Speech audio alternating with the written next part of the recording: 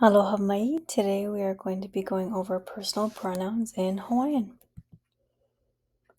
So, just as an intro, there are a couple things I wanted to go over. Number one, there are 11 basic personal pronouns in Hawaiian.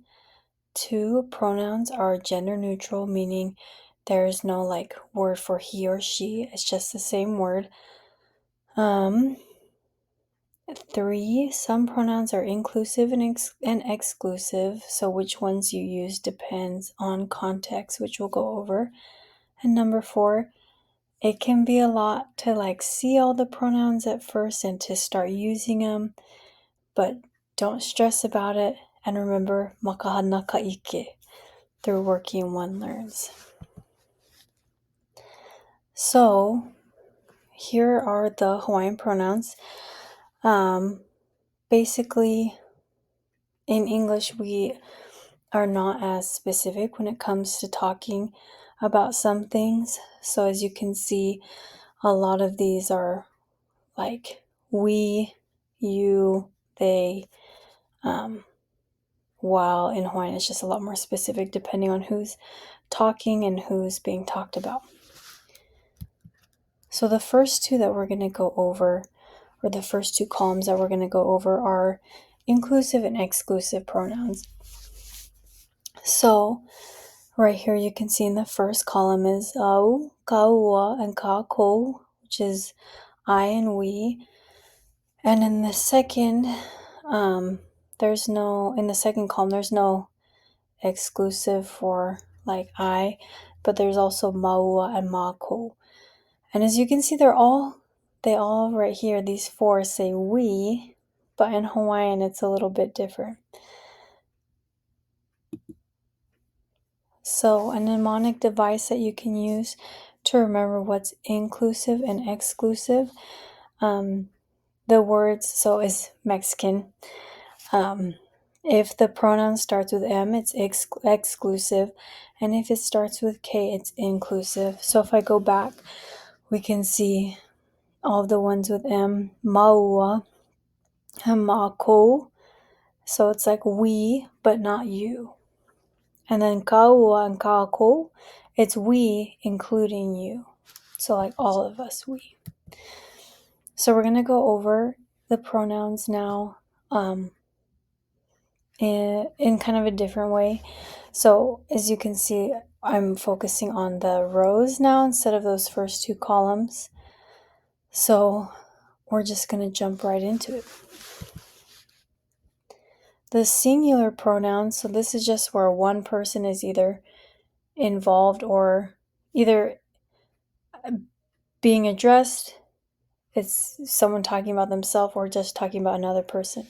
So the first pronoun for me or I is au, and you can see the little person waving. The second one is oi, which is you. So if this girl in the pink shirt is talking to someone else, she would be addressing the other person using oi. And then third person, this could be a boy or a girl, but you would use oia. Sometimes the o is omitted, but for intro, we're just going to go over oia because that's just the basic. For our dual pronouns, this is where 2 people are involved or being addressed. The first one is kaua. So these 2 people meeting, they could say aloha kaua. So greetings to both of us. The second one is maua. So you see these 2 people that they don't really want to talk to this farmer guy. So the one person is speaking, but they're speaking for themselves and this other person. So they would use maua. The third example is olua. So as you can see, this guy is talking to maybe a mom and a son. And when he's addressing them, he would use olua for you two. And then the last one is laua. So if you can see these people through a window, if you were talking about them or talking about other people, you don't have to be able to see them. But if you're talking about a couple other people that aren't around or that aren't right next to you, you would use laua. Or maybe they are right next to you, but you're addressing them as they. So the plural pronouns, this is like when 3 or more people are involved. There is ka ko, which is we. In English is we, but more specifically in Hawaiian is we, meaning all of us. So if there's like, you see this circle, there's a group of, a bunch of people. Anyone in the circle could be saying ka ko because they're talking about everyone in the circle. So the next one is ma ko. And right here you can see the speaker's this guy. He's talking to this lady. He might be saying, like, we've been working on this project, meaning I and 2 or 3 or more people have been working on this project, but you haven't been working on it. Oko is again like someone addressing other people. So this person at the table is talking to all these people. She's wanting to say, like, you guys are doing a great job. The word that she would use is oko. And then lako for they, meaning like they all of them. You just use lako. So going back to the first person inclusive, I know that was a lot. Let's just take a breath. So going back to the first person inclusive, we have au, kaua, ka, ko, which we've gone over, but this is just kind of reminding ourselves of the inclusive portions. And then there is the first person exclusive, which is maua and mako.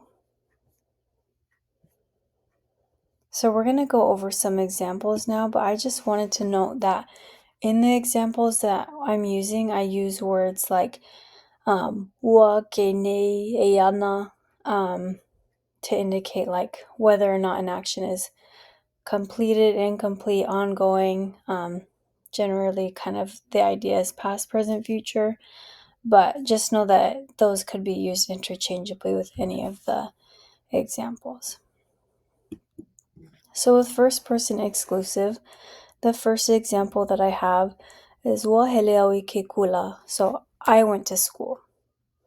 The second example is e hele ana ka au I ke kula. You and I are going to go to school. So remember that kaua is first person inclusive, so it's like me and you, both of us. And then the last example is e hele ka ko I ke kula. So we're all going to school. If we were to do then the first person exclusive, we use mako and maua. So for 2 people, wa ai maua I ka mea ono. We 2, not you, ate the cake or the tree, whatever. And then I ai ana mako I ka mea ono. So all of us, except you, are going to eat the cake. Not very nice. Again, we have the second person pronouns, oi, olua, and oko.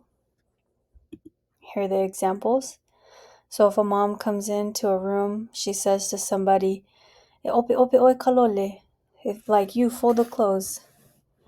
And then maybe one of the other siblings starts like laughing at him, like, haha, you have to do it. So then the mom says, e ope ope olua I kalole. So you 2 fold the clothes.